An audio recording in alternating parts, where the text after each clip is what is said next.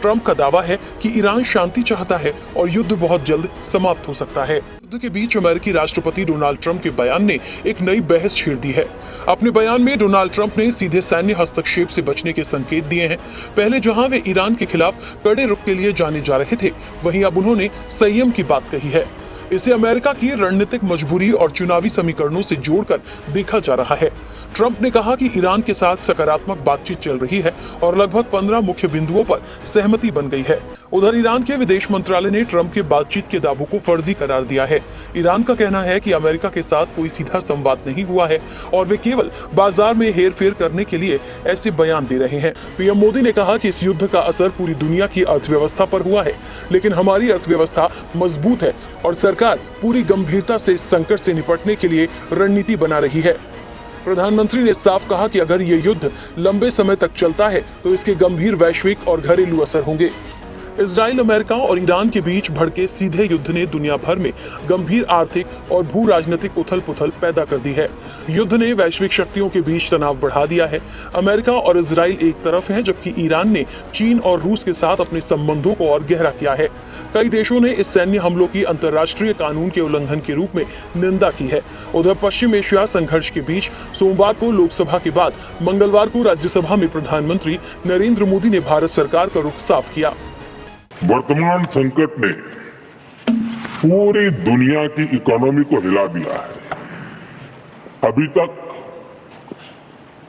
पश्चिम Asia में जो नुकसान हुआ है, उससे रिकवर होने में भी दुनिया को बहुत समय लगेगा।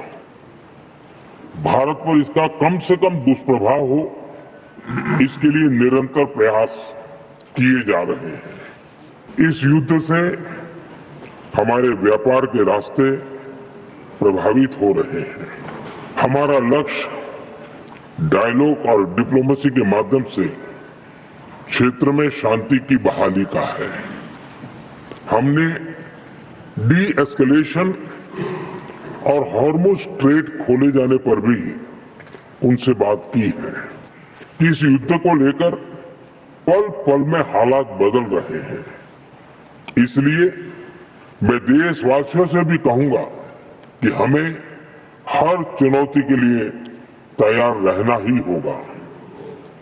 इस युद्ध के दुष्प्रभाव लंबे समय तक रहने की प्रबल आशंका है, लेकिन मैं देशवासियों को भरोसा देता हूं, सरकार सतर्क है, तत्पर है और पूरी गंभीरता से रणनीति बना रही है, हर निर्णय ले रही है। इसलिए भारत का सतत प्रयास सभी पक्षों को जल्द से जल्द शांतिपूर्ण समाधान के लिए प्रोत्साहित करने का है। तो वहीं दूसरी ओर कांग्रेस सांसद और लोकसभा में नेता विपक्ष राहुल गांधी ने पीएम मोदी पर उनकी विदेश नीति को लेकर निशाना साधा। उन्होंने कहा कि ये अब पीएम मोदी की निजी विदेश नीति बन गई है और पूरी दुनिया इसे मजाक मानती है। राहुल ने दावा किया कि प्रधानमंत्री अमेरिकी राष्ट्रपति ट्रंप के नियंत्रण में है। उन्होंने कहा कि पीएम मोदी की नीतियों के चलते आम जनता को मुश्किलों का सामना करना पड़ेगा। हमारी जो फॉरेन पॉलिसी है, this is prime minister Modi's personal foreign policy. You can see the result of this. It's a universal joke. Everybody considers it a universal joke. Donald Trump knows exactly if the Prime Minister is compromised, our foreign policy is compromised. US deal कर दी. India का prime minister है, India के prime minister हैं, दिखना चाहिए कि हिंदुस्तान के prime minister हैं। पोजीशन क्या है? कोई पोजीशन ही नहीं है। दुख की बात है कि इसका नुकसान होगा लोगों को। अभी शुरुआत हुई है।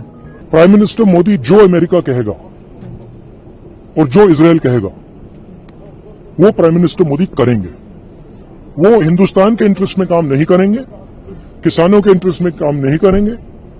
वो जो अमेरिका और जो इजराइल कहेगा वो करेंगे। आप देख लेना। इजराइल के प्रधानमंत्री बेंजामिन नेतन्याहू ने स्पष्ट किया है कि वे अपने लक्ष्यों की प्राप्ति तक युद्ध जारी रखेंगे। इससे मिडिल ईस्ट क्षेत्र में टिट फॉर टैट की स्थिति बनती दिख रही है। ऐसे में यदि युद्ध आगे बढ़ता है तो इस पूरे घटनाक्रम का असर तेल, बाजार, वैश्विक व्यापार और अंतर्राष्ट्रीय सुरक्षा पर पड़ सकता है। अगर हालात और बिगड़े तो दुनिया एक बड़े संकट का सामना कर सकती है, जिससे भारत भी अछूता नहीं है। भारत के लिए ऊर्जा आयात बिल बढ़ गया है और घरेलू स्तर पर पेट्रोल, डीजल और एलपीजी संकट के साथ कीमतों में वृद्धि देखी गई है। इसके अलावा भारत, मध्य पूर्व यूरोप, आर्थिक गलियारा और ईरान में चाबहार बंदरगाह जैसी रणनीतिक परियोजनाओं के भविष्य पर भी संकट के बादल मंडरा रहे हैं। माना जा रहा है कि ये टकराव आने वाले दिनों में और गंभीर रूप ले सकता है। दुनिया की नजरें अब इस पर टिकी हैं कि क्या कूटनीति इस संकट को रोक पाएगी या युद्ध की आग और भड़केगी। अब अमेरिका फिलहाल सीधे युद्ध में उतरने से बच रहा है, लेकिन वो इजराइल के समर्थन में खड़ा है। अब दुनिया की नजर कूटनीतिक प्रयासों पर है कि क्या बातचीत से हालात संभलेंगे